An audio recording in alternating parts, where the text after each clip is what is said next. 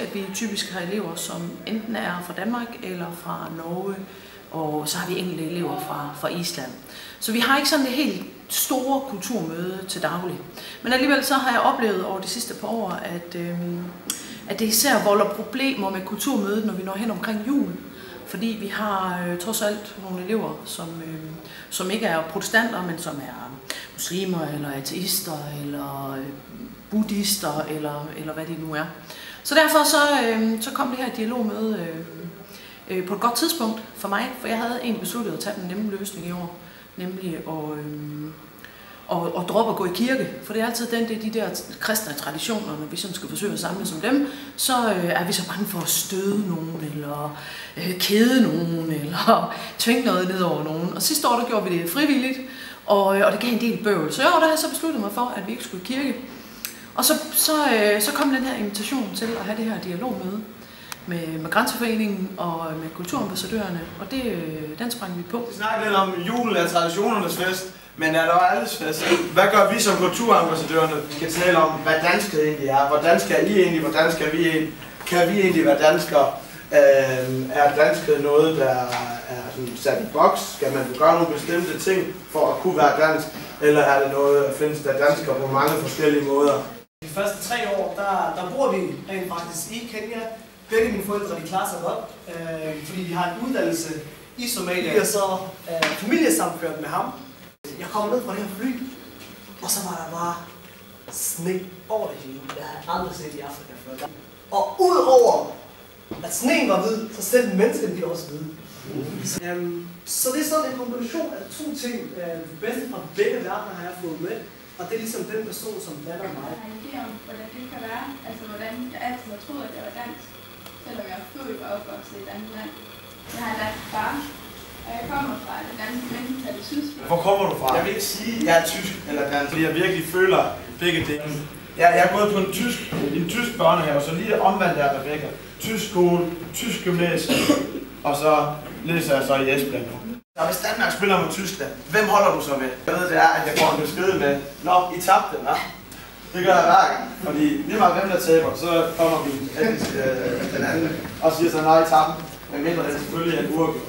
Du synes ikke, at man taber lidt på den danske tradition, altså det der med at... Ja, for traditionen bygger næsten mere på det amerikanske, og det der med gaver og mad og julepynt og nisser og julemønt. Det er stedet bygger på den kristne religion. For at tage måske sådan en anden diskussion op i forhold til traditioner, og sådan, der var den der kæmpe diskussion om, hvor man var det i børnehaver, hvor man ikke ville, hvad var det, frikadeller, som man ikke ville give børnene mere.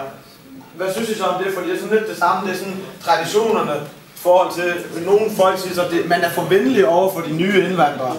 Synes I, man er det? Nej. Ja. Hvad med dig? Ja, det er præcis der. Altså, jeg synes, kirke og sådan noget, det er sådan, jeg må selv vælge, fordi jeg synes ikke, at kirken det er noget, der gør traditionerne noget for min jul. Men frikadellerne i børnehaven, der synes jeg da bare, at dem, der ikke vil have frikadeller, som så tager noget med. Ja. Fordi det er, altså, jeg synes ikke, man skal begrænse danskere for at, eller ikke danskere, men begrænse den ene religion i børnehaven for at nogle udefra, jeg ved ikke, hvad jeg skal udefra komme det. Jeg synes, det er forkert ordvalg, men nogle andre, de kan så have det godt og nemt. Så hellere at sige, at vi begrænser ikke, men vi giver en anden mulighed, så der både er frikadeller og kylling. Det jeg har lært i dag med det foredrag, vi lige har været til, er, at i forhold til andre muslimer, jeg har snakket med, så er der også en gruppe i hvert fald, som er meget åbne over for den kultur, vi præsenterer her i Danmark. Og de er rigtig glade for de tilbud, de har fået, men også at de kan være med i vores kulturelle højtideligheder og stadigvæk holde fast ved deres religion, og det synes jeg er rigtig lækkert. For det jeg har ikke været vant til med andre indvandrere og muslimer, jeg har snakket med. Ja, hvad jeg har fået ud af foredraget i dag, der har jeg fået en bredere forståelse. Jeg er blevet lidt overrasket over, at man sådan kan mixe flere religioner på den måde, når man kommer som indvandrer, og at man ikke, det ikke enten er A eller B, at der er så mange, der vælger ligesom at blande to verdener, og det synes jeg lyder rigtig fornuftigt, og det er noget, jeg vil huske, at der er den her tolkning, og også hvor gode I har været til at blive integreret, og sådan synes jeg også meget inspirerende. Jeg synes, at det er fedt at se, at sådan nogen som jeg, at I er villige til at gå så meget ind i det danske samfund og de traditioner, der er her.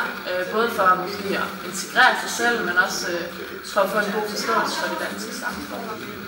Jeg synes, det har været spændende at høre om, hvordan man har fået to forskellige, altså et liv til at fungere, trods man har to forskellige baggrunde.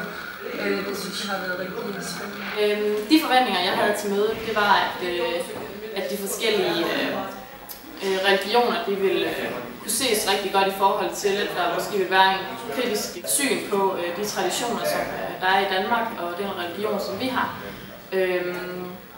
Og der har jeg fået et andet syn på, at jer, der er kommet i dag, I har været noget mere åbne over for den danske religion og de danske traditioner, og taget dem til jer, i modsætning til, hvis der var et kritisk syn på det, som jeg førhen har set for mange personer med en anden etnisk baggrund. Men jeg synes ikke, at I er så forskellige.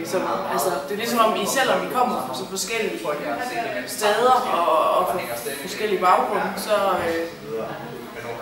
så har I stadigvæk stort set de samme holdninger, mere eller mindre, og I har bare nogle forskellige fortolkninger.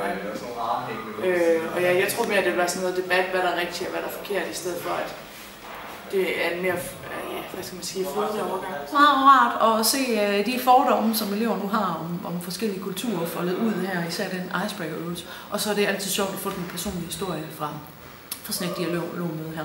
Så det er bestemt ikke sidste gang, jeg inviterer til dialogmøde på Aalborg Sportshøjskole.